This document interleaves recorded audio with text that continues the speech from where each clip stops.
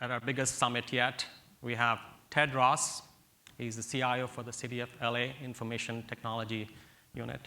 And he's going to talk about how he's transforming this mega city into a digital city and how he's preparing for the coming LA 2028 Olympics. Thank you.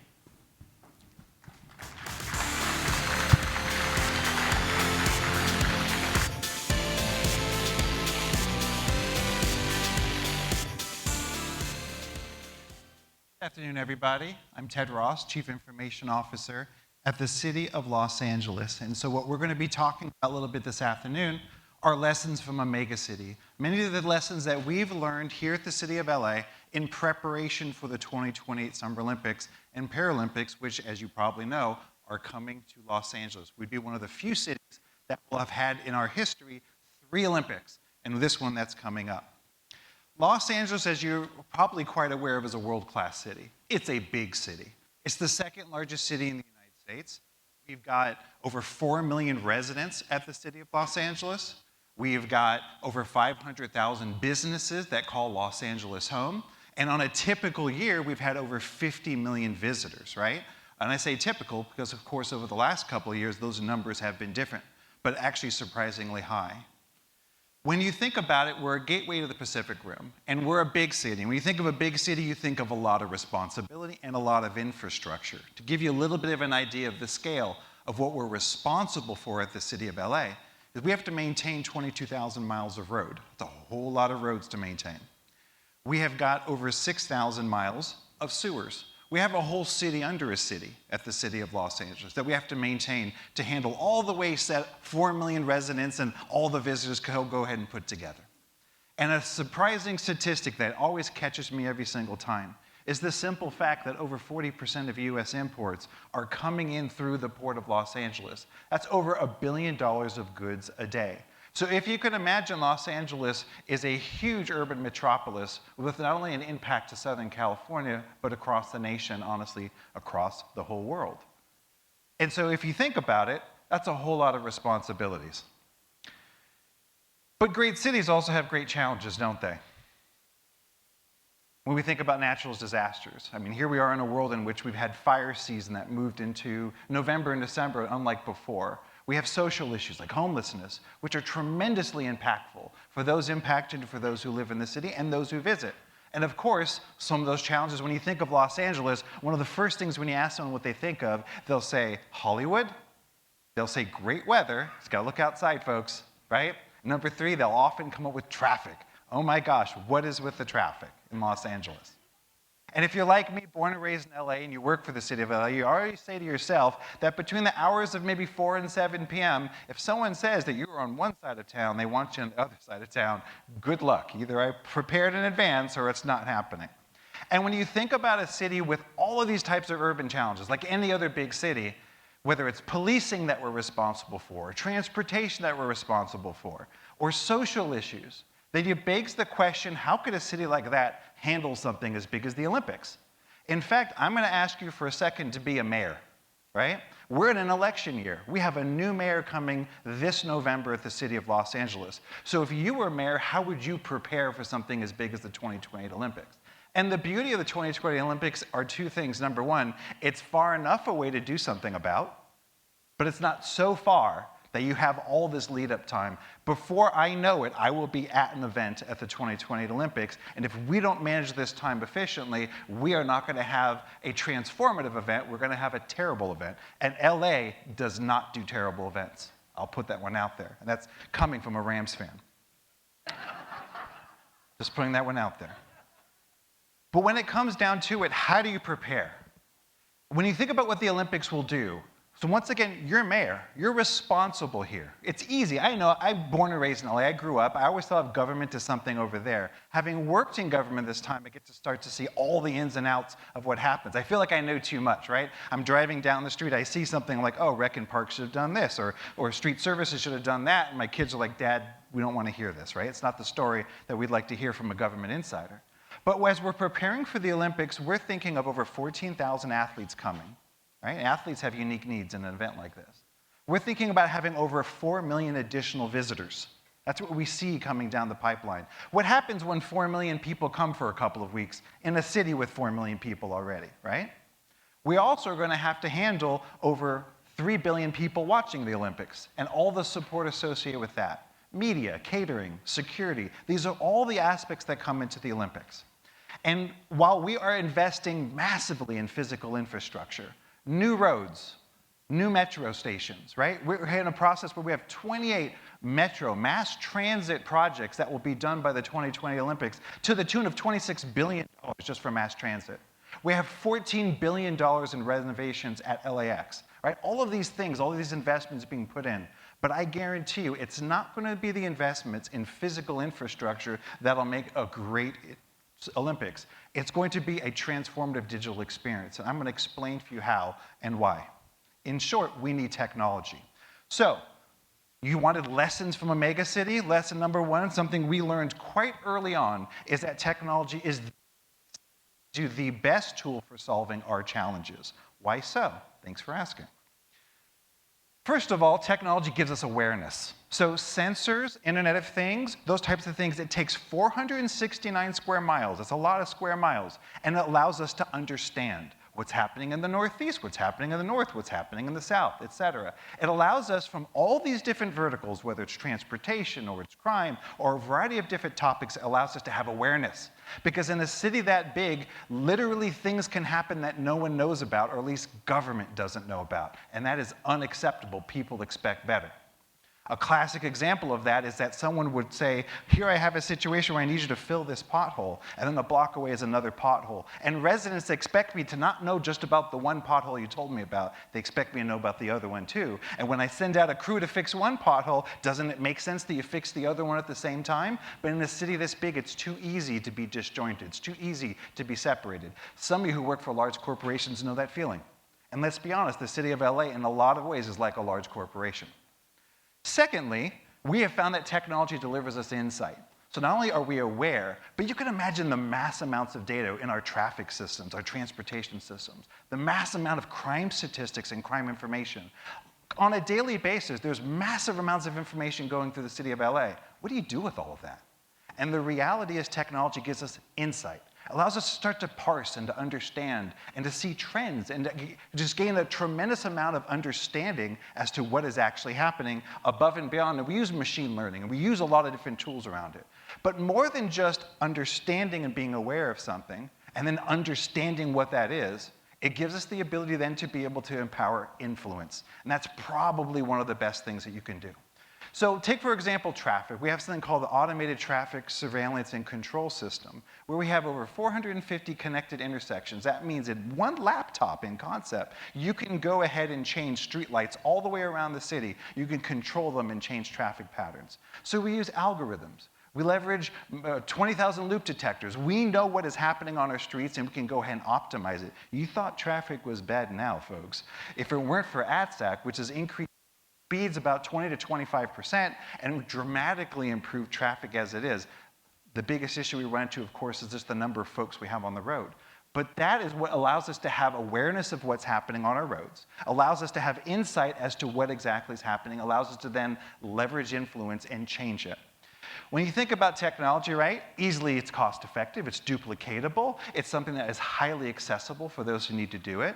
But I'd say more importantly, when you're dealing with urban challenges, some of which are almost as old as time, it allows us to start to implement solutions that were never seen before, which means the solutions I have today are not the solutions my predecessor had 20 years ago. And that is why technology is key. Every single year, folks like you are putting together and helping us have additional resources to be able to leverage and change and take a problem that we've all been discussing one way, but discuss it a very different way. So in short, technology makes us smarter. What is the opposite of a smart city? A dumb city. That is right. That is the right answer. And who wants to be a dumb city? And when you think about really what it means to be a dumb city, it's a city that's not reacting. It's a city where something happens and well, it's just happening. I can't do anything about it. I can remember quite clearly for me, the first use of the term smart blank was in the first Persian Gulf War. We were always talking about smart bombs. What's the difference between a smart bomb and a dumb bomb? A dumb bomb, an airplane is going at a certain altitude, a certain direction, and when it drops the bomb is going to land. It's physics. Simple as however high you are and however fast you're flying, whatever direction you're in, that's where the bomb will go. Smart bomb was different. The bomb got dropped, and then it started to make adjustments. Started to go this way, started to go that way. It was smart, quote unquote, because it was leading itself towards a target through some kind of means. A smart city is a city that doesn't just drop out of a plane and land wherever it lands. It's one that starts to adjust. If something's happening on the west side, it adjusts. If something's happening on the south side, it adjusts. That is a smart city. And when we're talking about a transformative digital, we are describing events in which the city as an organism starts to react and it starts to positively influence what's happening around it. So for example, when we're discussing the idea of solutions previously unavailable, what about earthquakes? This is a picture from the 1994 Northridge earthquake, which was terrible, folks.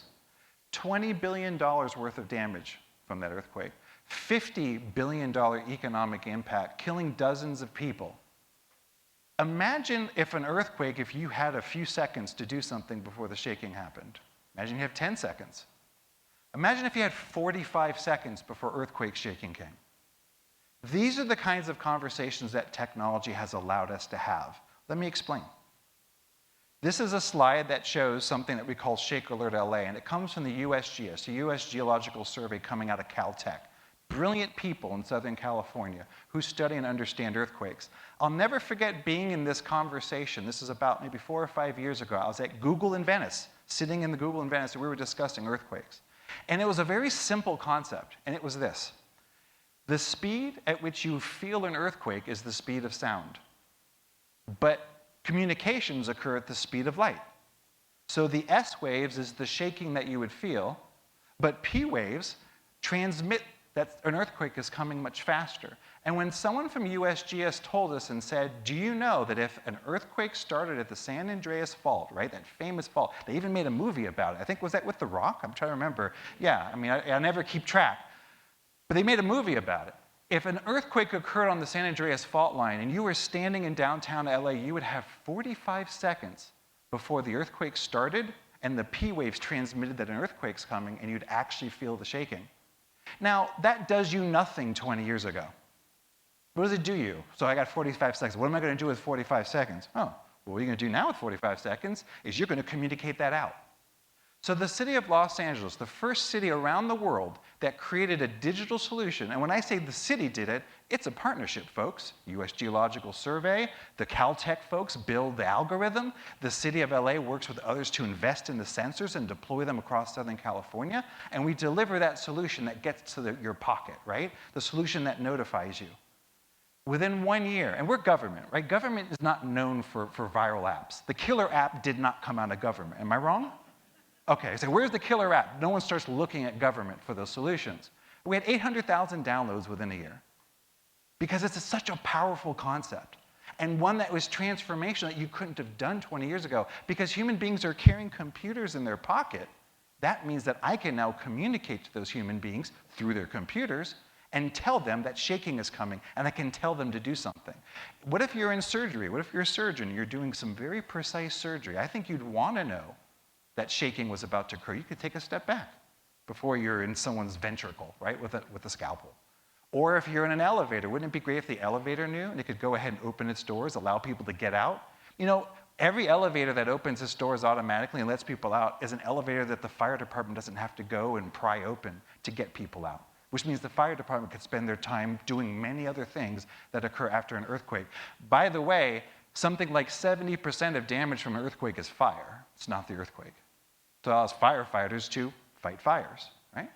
There's a long list of things you can do to protect human life and property if you simply have a few seconds of warning, and the Shake Alert LA app was that.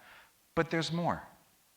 This idea was so transformational, the state of California took the technology. We said, go have it. So we actually retired the app. So who hears about government going and doing something, then taking a step back and say, I don't need to do it anymore? Because the city of LA handed it over to the state of California. Because why should you only know about an earthquake in Los Angeles? Why not know it anywhere in the state? I'm not greedy, folks. I don't need to have my branding on your app. In fact, I don't need an app at all. We are in talks right now working with Google and Apple to get this into the operating system. Why should you have to download an app to be notified about an earthquake? And it all started with the transformational idea of how do you transmit that an earthquake is coming before you felt it, and that is something technology has provided. So, ask yourself the question in your spot.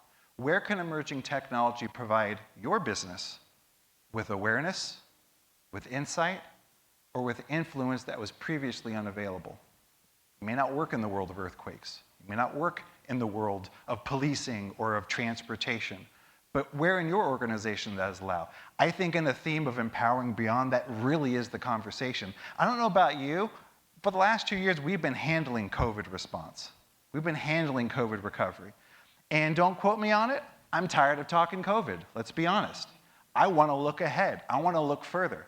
There's a lot of work still in place, and I get that. But we as human beings have tremendous opportunity, and digital technology is here to help provide tremendous things previously unseen. I'm ready to go into it.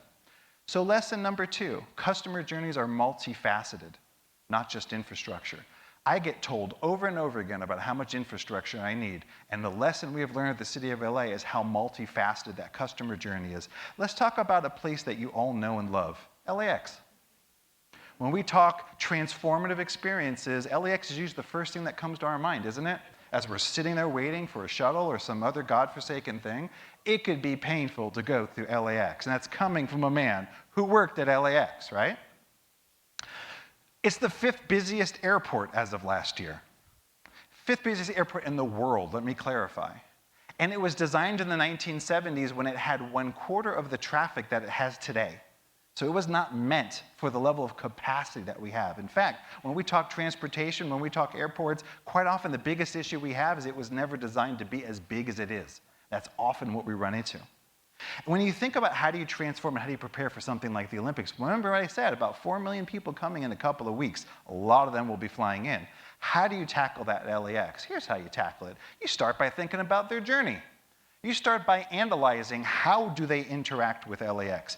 How do they interact before they get to LAX? How do they get to LAX? Once they get to LAX, how do they get through LAX? How do they get through security at LAX, right? This is really where it starts. It starts by really understanding the various kinds of journeys that people can have and where technology can have a transformational impact on it. So for example, signage. There's tremendous ways to deliver digital signage that, once again, it's not dumb signage, it can change. Something may be happening in the terminal. There may be, God forbid, something like a shooting, and then now the signage goes ahead and tells people how to get to the right exits so that law enforcement could do what they need to do. Whatever it may be, it's signage that is interactive. It's signage that can respond and that is organic in nature. Also includes what we're developing right now, a mobile app. The ability to be able to have in the palm of your hand something simple, something straightforward. What is your flight? How do you get there? You name it, multiple opportunities and ways. It even comes down to things like facial recognition. Now, as soon as I say facial recognition, some of you in here said, sounds great. Other of you said, what? Right? And we'll talk about that in just a second.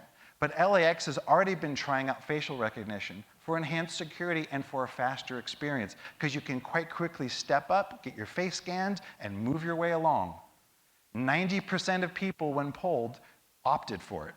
10% said, no, thank you, I'll do it the traditional way, which is not a problem. And we're not getting into digital ethics here, but I would argue digital ethics is as important today as innovation. But I'll just kind of put that one there. But the reality is facial recognition, and you'll love this statistic if you didn't know it already, they implemented facial recognition across some of these terminals, and they found imposters. I never knew such a thing existed. They literally found people whose IDs did not match who they were. Did you guys know that people try to get through airport security as imposters? I did not know this. They weren't even terrorists. They're just imposters. So I'll leave that one there. Time forbids me from diving deep into why people would pretend to be someone else and try to get through an airport, but people do that. And facial recognition provide enhanced security above and beyond that. So not only is it faster, not only is it simpler, not only is it digitized, apparently it finds a whole group of people who did not want to be found. So the question is, how does your business leverage technology that has the complete customer journey, right? It's not just how do you sign up and get up a ticket faster. It's not just how do you get the airport faster. It's not just how do you get through security faster. It is all of that from start to finish. And that is included in $14 billion worth of modernization at LAX. So I promise you The experience that you're having today will not be the experience you'll have a few years from now, and it certainly won't be the experience that you'll have in 2028. Lesson number 3, digital transformation is incremental and built on previous success. I apologize, because I know some people love to say, you got to go big, folks. I mean, you got to go from nothing and you got to be way out there. That is not my experience, and it may be because I am in a city in which I run technology, and the city started in 1781. It did, 1781. But the reality is I have found time after time after time that our best innovations were incremental. We implemented something, we built, we implemented something else on top of it. We made another pivot, we built something on top of that. And I'm going to show you an example of it that was just on NBC about a week ago, and it has to do with the police department. Notice the police department who have a challenge. Police departments are under a challenge today. Use of force is a huge conversation for many reasons. Notice what LAPD is doing when it comes to that. At first glance, this looks like a video game. Hey, sir, step back, step back. Police avatars responding to the W Hotel in the heart of iconic Hollywood Boulevard. On the roof, a man in distress is threatening to jump. If you can please step down, let's talk. So just have your hands on top of your head. But these are actually real officers at the Los Angeles Police Academy. I can take a scenario that I might train one day and put that on Hollywood Boulevard, and then on the next day I can go ahead and say, you know what, we're going to run a very similar scenario, but we're going to put it in Skid Row.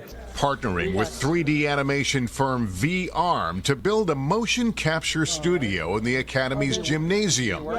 Dozens of high-tech cameras and wearable sensors will transport officers and cadets into the next generation of police training. Got him down, got him down. The systems that we're installing here actually will monitor the heartbeat, the eye movements, the stress levels of the individual. Chief of Police Michael Moore sees virtual reality as a game changer, especially for de-escalation training. Does this de-emphasize the gun as the primary tool of effective law enforcement? 1,000%. It comes at a critical time for policing, with use of force tactics under intense scrutiny. The LAPD reported 37 police shootings last year, up from 27 in 2020. More than half involving individuals experiencing a mental health crisis. It allows us to, as we look at critical instances and some of their outcomes, to go back and replicate them. Incidents like this one at the Burlington Coat Factory in North Hollywood, where police fatally shot an assault suspect, but also accidentally killed a teenage girl in a nearby dressing room.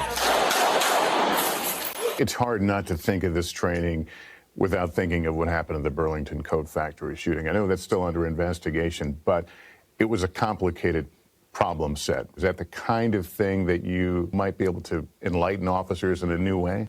Oh, absolutely. We'll look at every one of our situations where officers resorted to the use of deadly force as an opportunity for us to, what can we learn from this? What do we do now? Stop the bleeding. We see VR now as an opportunity to then take that investigation and then model it. We see it absolutely as a means of improving outcomes for instances that resulted in a tragic loss, as the Burlington incident did. We have 2 cops. Where their backs? A virtual classroom with no boundaries. So we see a lot of content in there that's extremely important. But notice that virtual reality is providing something that 10 years ago was unimaginable for putting police officers and police officer recruits in a situation that until you've been there, you haven't been there. But with VR, you can be there. And it could dramatically improve how officers respond in that situation. If you fast forward us to the 2020 Olympics, we're going to have multilingual visitors. We're going to have all sorts of situations that police officers aren't accustomed to. We could have an attempted act of terrorism. We could have a long list of things on how you prepare an officer. This is new technology that's a game changer, folks, an absolute game changer. But more important to that, how did we get here? Did someone in a room somewhere just say, I got an idea, let's just go use VR? It actually started at New Year's Eve, 2017. We created a VR pilot to try to show off New Year's Eve at Grand Park. We were just trying to see what can virtual reality do and start to get our feet wet with the technology that we weren't really very accustomed with. Fast forward to 2019. we were implementing augmented reality through Daiquiri, in which we were repairing headsets. What do I mean by this? We have thousands of fire department fire truck headsets that are constantly breaking, and we would bring in interns to repair them. Yes, people would come in, they're electrical engineers, they're hobbyists, and they would repair them. But how do you teach someone or train someone how to troubleshoot and repair a headset? Simple. You use augmented reality, and they start to walk through step by step how to troubleshoot and follow up and do that. Fast forward to today, those lessons learned then get applied to something like immersive police training.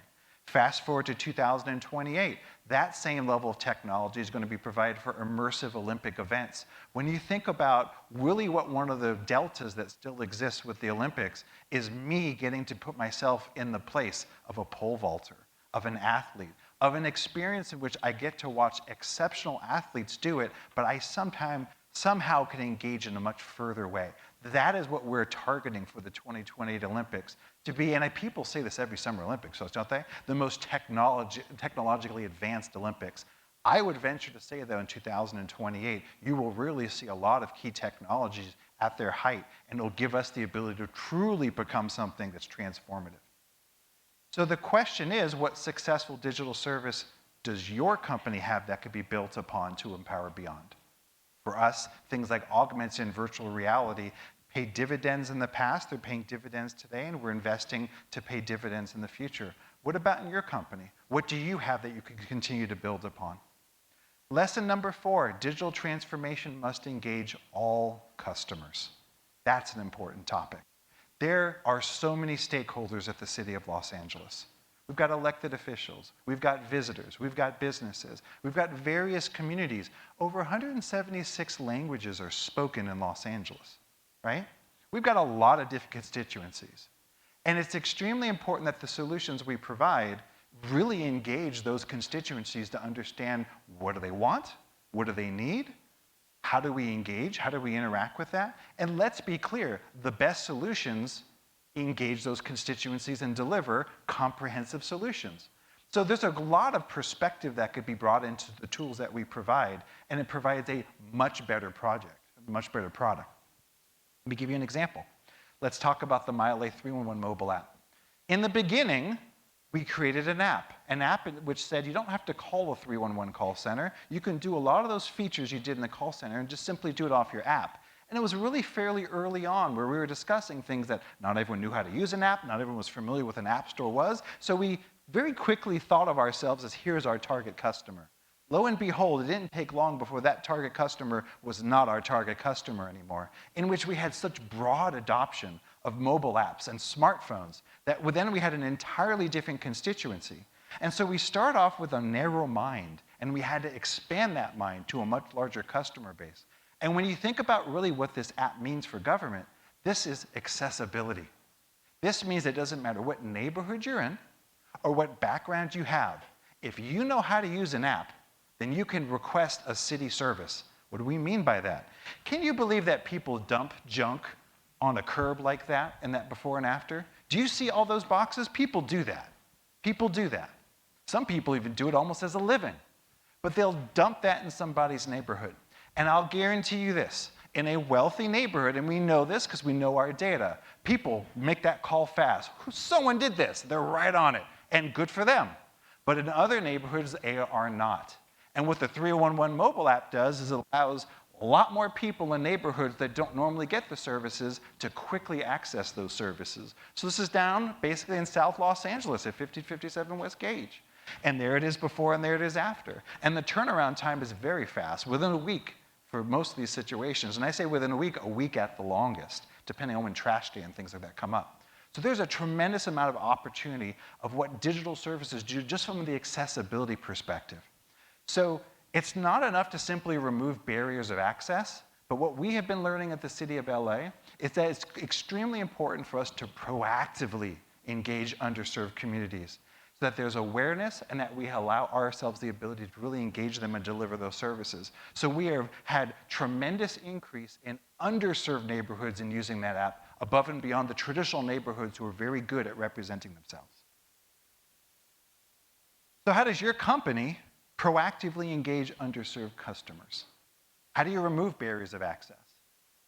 I think we're definitely in a world where it's not just good enough that something's accessible, but it's important for us to have a level of engagement to reach out and to ensure that we didn't just make it accessible, but we helped facilitate that partnership. I think that's what we see a lot of in social movements today.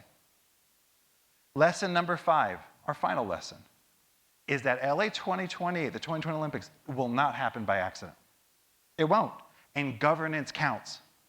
You heard me talk to you before that infrastructure is quite often what people talk about. Infrastructure, how many wires do we have? How many connections do we have? How many access points do we have? And those are important things.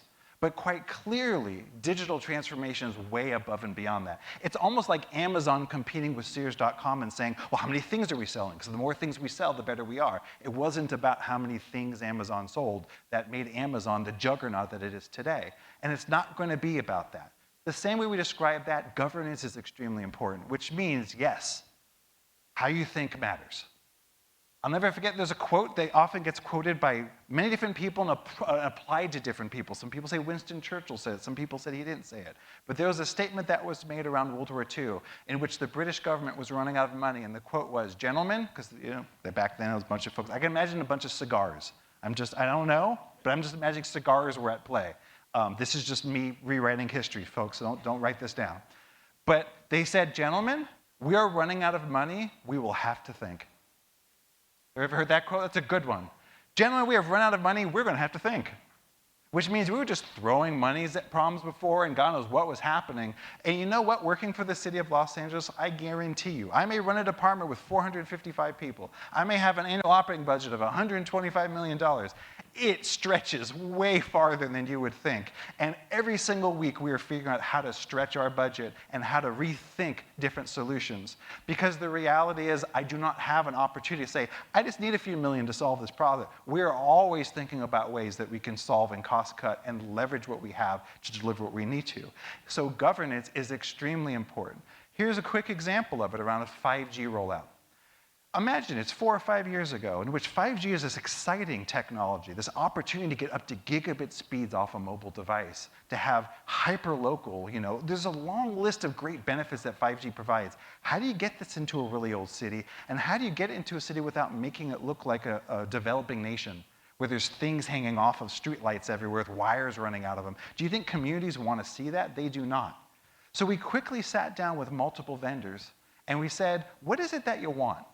How do we get 5G at the city of LA? And the conversation actually surprised us. They said speed. I was like, wait a sec, I thought you want me to give you a lower rate. I thought you'd want, they said, no. Ted, you don't understand. We need you to deliver it and deliver it fast. And I said, okay. So quickly we started to re-engineer how we do a permitting process. Today we have over 4,000 5G access points. We're on track to have 12,000 by the 2020 Olympics. And I don't own any stock in Verizon, and I'm sure the Verizon folks outside would appreciate this, but we were their #2 5G city in the nation. By the way, #1, it was about 1/10 of the population size of Los Angeles. So really what it meant was us, by using strategic planning and governance, was for us to re-engineer how we approach the topic. And by the way, when all you have to do is just simply make permitting faster, to go from a few permits a month to 20 a week, that's something government can do. You don't need millions of dollars to do that. That's something that really some good thinking and some good realigning of resources can make the difference. So the question for you is, how can your company, better integrate your vision, where you're trying to go, with emerging digital solutions? For us, it was about creating a connected city. And it was something as simple as expedited permitting to make that happen. So what in your company can realign around your vision? If you're curious, feel free to check out LA 2028, or what we call Smart LA 2028, in which you'll see the things I've been describing, plus about 53 more smart city projects towards the 2020 Olympics. We categorize it around infrastructure, digital services, data, digital equity inclusion, and governance. The most boring section, that for me is one of the most important, because it's really how we make all these things happen. It came through collaboration. We had people, 78 different city employees, subject matter experts, all the way around from 24 different departments. We had elected offices, we had focus groups with the public to come up with what matters to people, where we digitize and how we deliver it. Thank you.